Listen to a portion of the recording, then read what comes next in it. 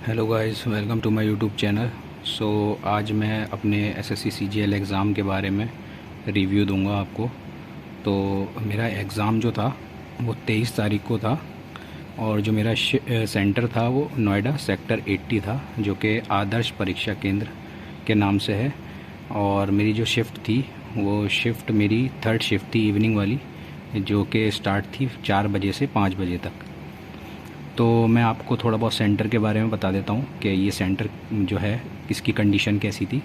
तो बहुत अच्छे से मेंटेन करके रखा हुआ था इस सेंटर को। इसका तो सेंटर के बारे में बात कर रहे थे, तो सेंटर जो था वो काफ़ी वेल मेंटेन था, उसका एम्बियंस भी काफ़ी अच्छा था और हाइजीनिक एनवायरनमेंट था। पानी वगैरह बिल्कुल साफ़ सुथरा और फुल एसी था पूरा, और जो वो सिस्टम्स थे वो भी काफ़ी अच्छे काम कर रहे थे। ठीक है, तो जब आपको सीट अलॉट हो जाएगी तो सबसे पहले आपको अपनी स्क्रीन पे जाना है। सिस्टम पे जाने के बाद आपको जो भी इंस्ट्रक्शन है वो केयरफुली पढ़ लेने हैं। ठीक है, और उसके बाद आपको अपना रोल नंबर और जो पासवर्ड होगा वो आपका डेट ऑफ बर्थ होगा, उसे डाल के आपको लॉगिन करना होगा। और जो एडमिनिस्ट्रेटर होगा वही एग्ज़ाम को स्टार्ट करेगा जब आपका टाइम हो जाएगा।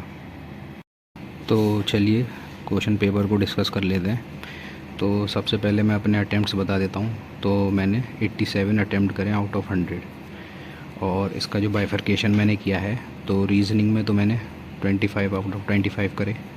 अभी मैं आपको डिफ़िकल्टी लेवल भी बताऊँगा इन सब का। मैथ में मैंने 25 आउट ऑफ 25 किए, इंग्लिश में मैंने 24 किया आउट ऑफ 25, और जनरल नॉलेज में मैंने 13 अटैम्प्ट किया आउट ऑफ 25।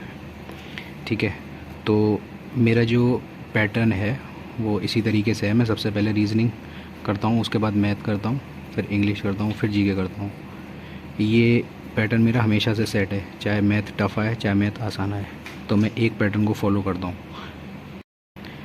तो सबसे पहले रीजनिंग को देख लेते हैं। तो रीजनिंग का जो डिफ़िकल्टी लेवल था वो बहुत इजी थी। मतलब 25 क्वेश्चन, 24 टू 23 क्वेश्चन जो थे वो वेरी डूएबल थे एक गो में मेरी शिफ्ट में, और एक दो क्वेश्चन थे जो ट्रिकी थे जो मैंने सेकंड गो में किए।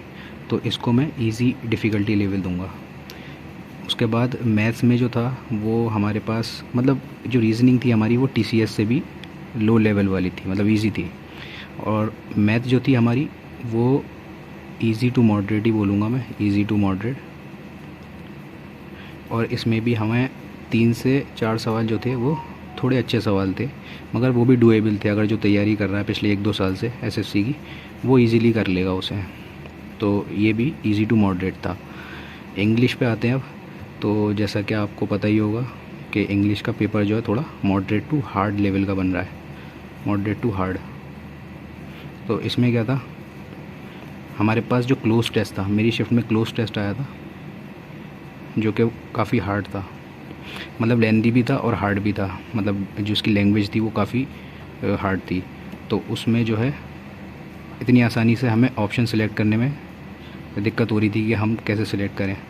और जो था हमारा वोकैब थी, इसके अंदर वोकैब भी 3-4 वोकैब पूछी गई थी, और उसमें भी 2 वोकैब ऐसी थी जो आपने शायद ना सुनी हो या प्रीवियस ईयर में ना आई हो, जो न्यू थी बिल्कुल। ठीक है, और बाकी एक्टिव पैसिव वगैरह तो आए थे, मगर बहुत इजी थे, वो काफ़ी इजी थे, प्रीवियस ईयर वाले ही थे, टीसीएस पैटर्न वाले। और जो एरर थे वो भी 3-4 क्वेश्चन थे, मगर उसमें 1-2 एरर जो थे वो अच्छे लेवल के एरर थे।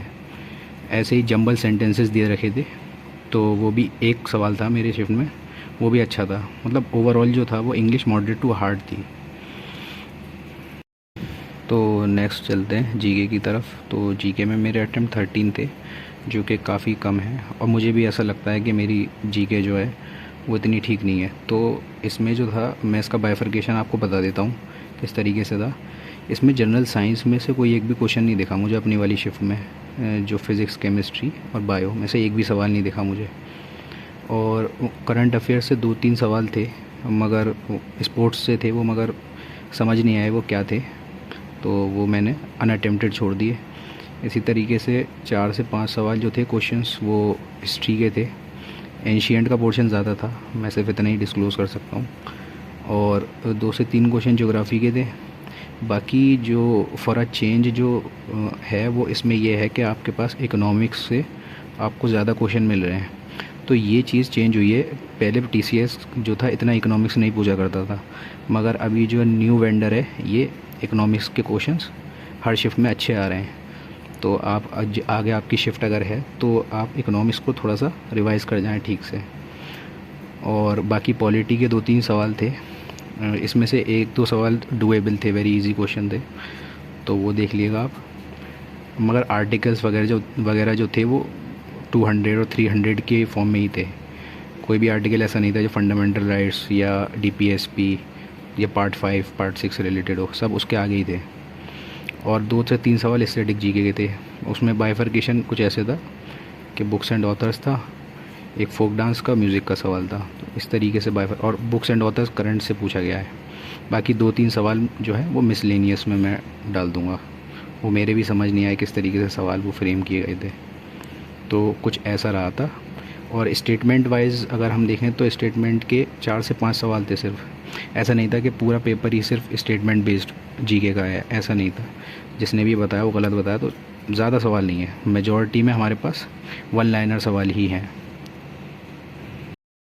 तो अब जिसके नेक्स्ट शिफ्ट्स में पेपर हैं तो उनको क्या करना है वो एक बार देख लीजिए कि सबसे पहले रीजनिंग में अगर आपने सिलेबस कंप्लीट कर लिया है तो ये आपके लिए मोर देन इनफ है। आपको कुछ नहीं करना, आपको प्रैक्टिस तक नहीं करनी। अगर आपने सिलेबस कंप्लीट कर लिया तो आपके 23-24 क्वेश्चंस इजीली बन जाएंगे। और मैथ्स में हमें जो है कॉन्सेप्चुअल क्वेश्चंस ज़्यादा आए इस बार। मतलब कि कोई भी कॉन्सेप्ट है, जैसे सर्कल में कोई कॉन्सेप्ट है कि ये कॉर्ड है और ये सेंटर सरकमफ्रेंस पे अगर थीटा एंगल बनाती है तो सेंटर पे ये एंगल जो होगा वो 2 थीटा बनेगा। तो इस तरीके के जो कॉन्सेप्ट्स हैं वो उससे सवाल काफ़ी आए। मेरी शिफ्ट में सर्कल से 4 से 5 सवाल आए थे। ऐसी मेंसुरेशन में भी जो फॉर्मूला बेस्ड है उसमें भी काफ़ी सवाल आए। तो मैंने एक वीडियो अपनी डाल रखी है सर्कल के ऊपर, वो आप जाके देख लें, उससे सारे आपके जो कॉन्सेप्ट हैं वो क्लियर हो जाएंगे। ठीक है, तो इसको ज़रूर देख लीजिएगा, मेंसुरेशन और सर्कल को।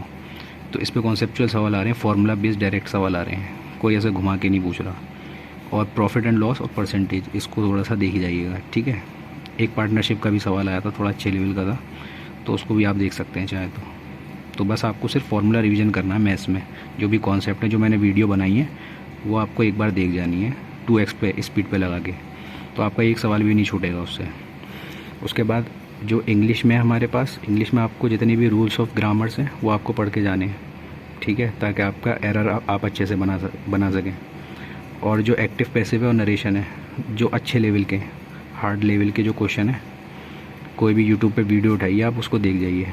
ठीक है, ऐसे PQRS की आपको प्रैक्टिस करनी है। ठीक है, तो दिन में 20, 25, 30 PQRS आप जो है लगा लीजिए। ऐसे ही वोकैब में आपको जो है ना, जो आप जितना भी आपने पढ़ा हुआ है ब्लैक बुक से या कहीं से भी, तो उसको रिवाइज़ करिए। बाकी 1-2 वोकैब ऐसी आएगी जो आपको नहीं समझ में आएगी, वो आपको ऑप्शन एलिमिनेशन से करनी होगी।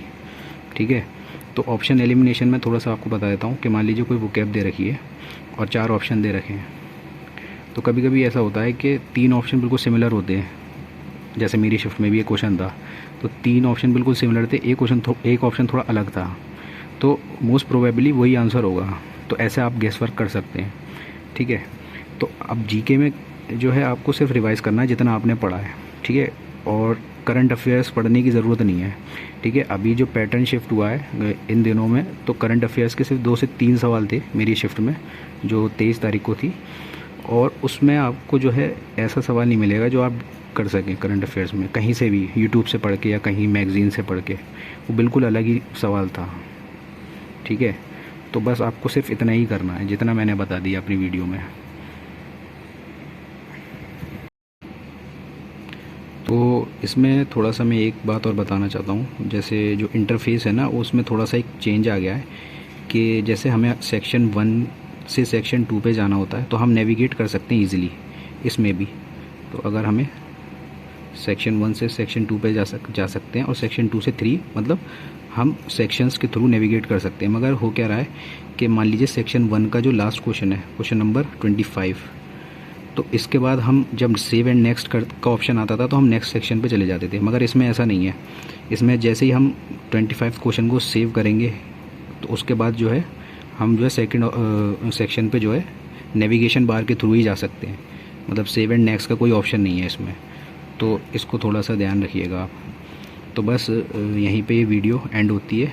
तो अगर ये वीडियो आपको पसंद आई हो तो इसको लाइक कर दें और चैनल को सब्सक्राइब करना ना भूलें, और इसको शेयर भी करें वीडियो को ज़्यादा से ज़्यादा। Thank you so much.